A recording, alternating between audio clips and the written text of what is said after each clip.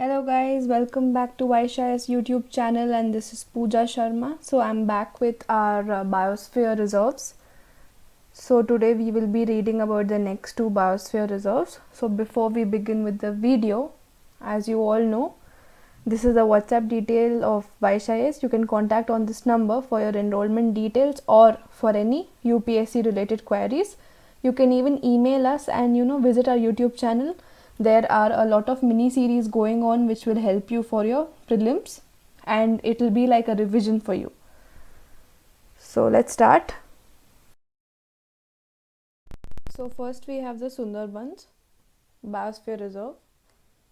So the Sundarban, it is a mangrove area in the delta which is formed by the confluence of the Meghna, Ganga and Brahmaputra rivers in the Bay of Bengal, and it spans from the Hooghly river in India's state of West Bengal, and it goes up till the Baleshwar river in Bangladesh's division of Kulna.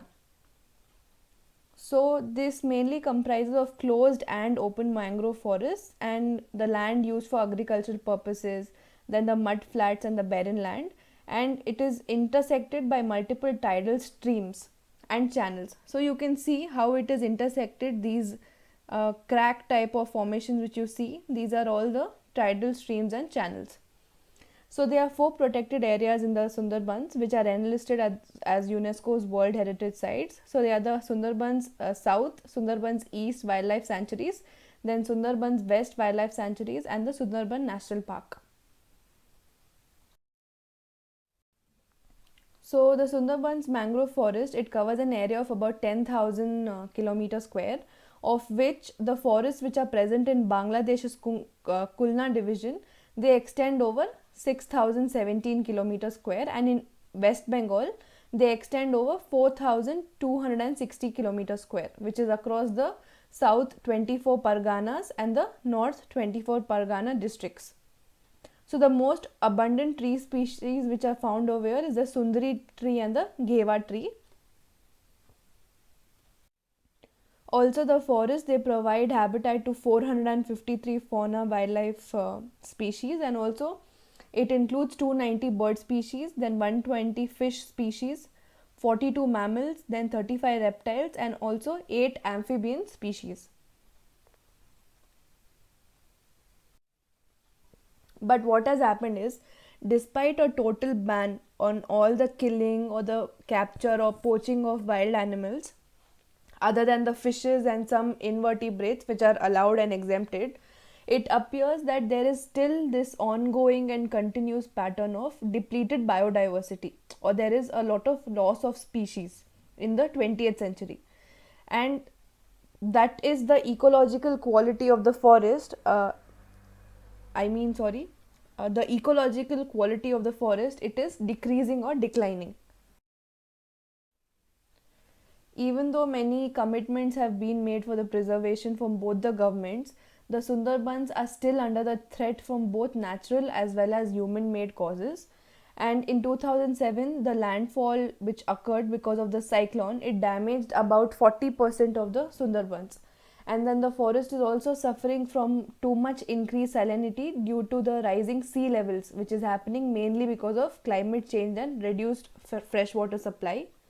Also, in May 2009, the cyclone, it devastated the Sundarbans with massive casualties. So at least 1 lakh people were affected by this cyclone.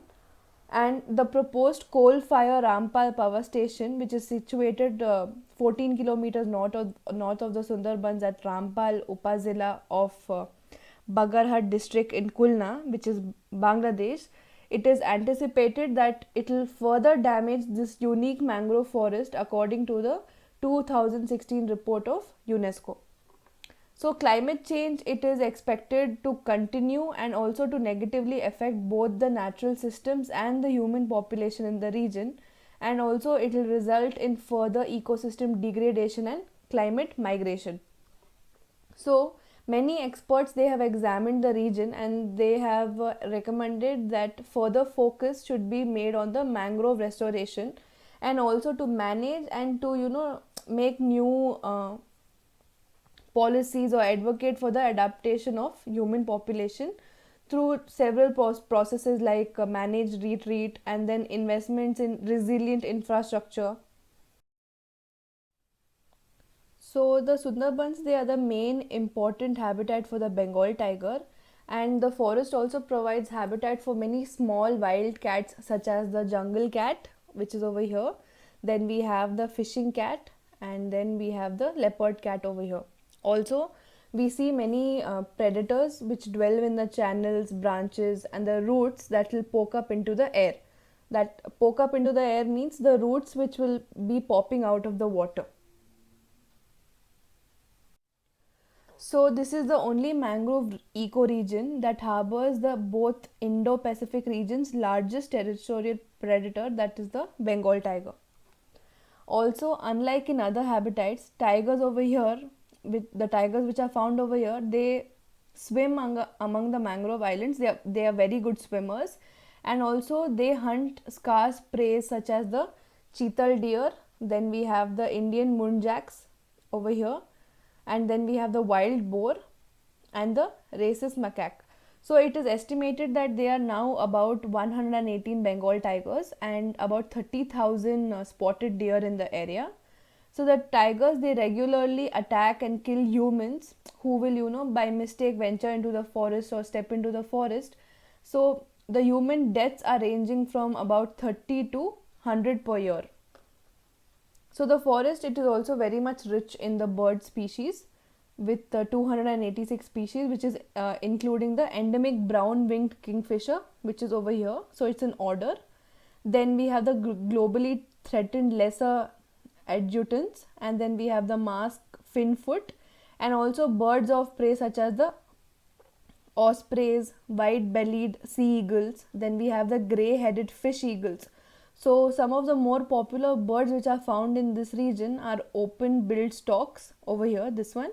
Then we have the black-headed ibis. Then we have water hens, coots, pigeon-tailed jacanas. We have the pariah kites, and then we have the brahmini kites, marsh harriers, swamp partridges. Then we have the red jungle fowls and the spotted doves over here. After this, we can also find common mynas. Then we have jungle crows, jungle babblers. Then we also have cotton teals. Then the herringills. We have the Caspian terns, grey herons. Then the brahmini ducks. Also the spot-billed pelicans. Then we have the great egrets with thin and long neck. And then we have the night herons. Also common snipes, and then wood sandpipers. Then we have the green pigeons with a green body. Then we have the rose ringed parakeets, which have this light red color or light pink color shade on their neck. And then we have the paradise flycatchers, cormorants. Then we have the seagulls. Seagulls I have not included the picture because this seagull is same.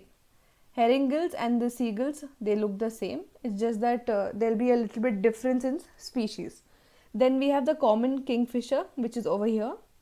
Then we have the peregrine falcons. Also, then we have the woodpeckers. Then Eurasian brimbills. Then we have the black-tailed godwits. Then we have the little stints, eastern knots, and then the curlews, golden plovers. Also pintails, white-eye pochards, and the lesser whistling ducks. So this is the vast variety of birds which are found over here. So whenever you see the names of such birds asking that is this bird species found in India, you have to select the options accordingly. So the Sundarbans National Park is also a home to the olive ridley turtle, which is over here. Then we have the hawksbill turtle, green turtle, sea snake. Then we have the dog-faced water snake, saltwater crocodile. Then we have the South Asian river dolphin. Then we have king cobra, which is over here, Russell viper, and also the common house gecko lizard. And then we see the monitor lizards, pythons, common krait, checkered needleback,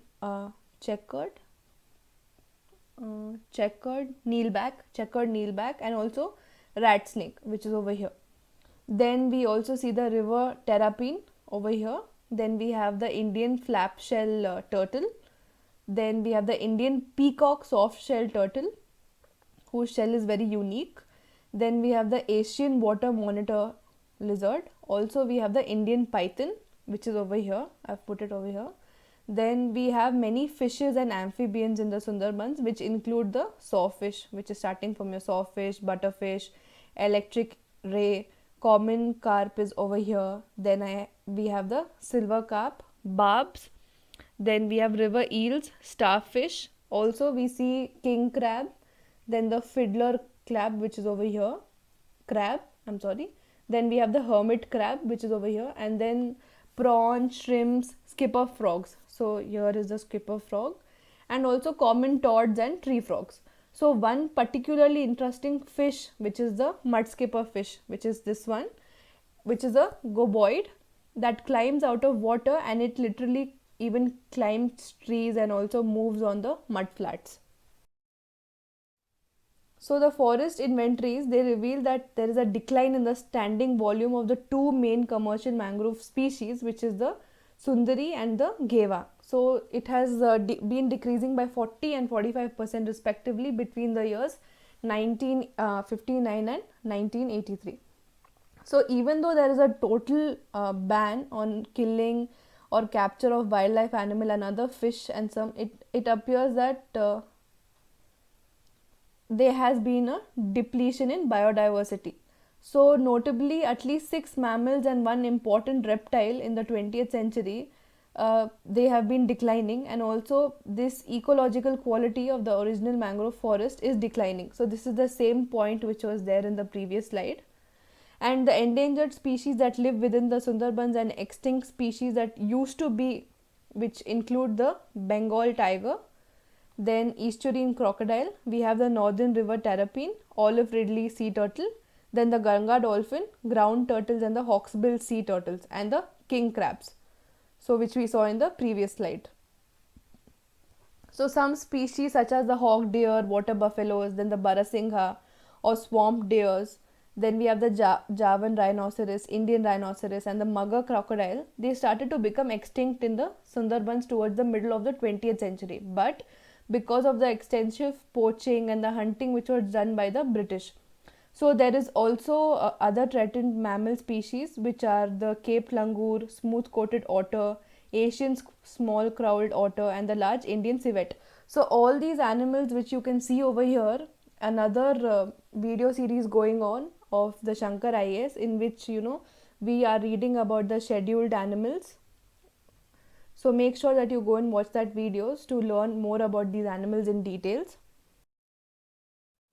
So then we have the Dibru-Saikhowa Biosphere Reserve. So this Dibru-Saikhowa National Park, it is a park which is national park which is located in the Dibrugarh and the Tinsukia districts in Assam, which is in India. So you can see the location, they are showing it to us over here, it is right over here.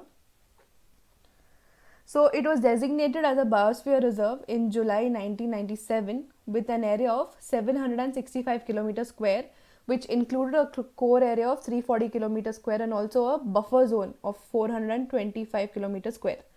So it is located at about 12 kilometers of Tinsukia town at an average elevation of 118 meters, and also this ranges from 110 to 126 meters at some places.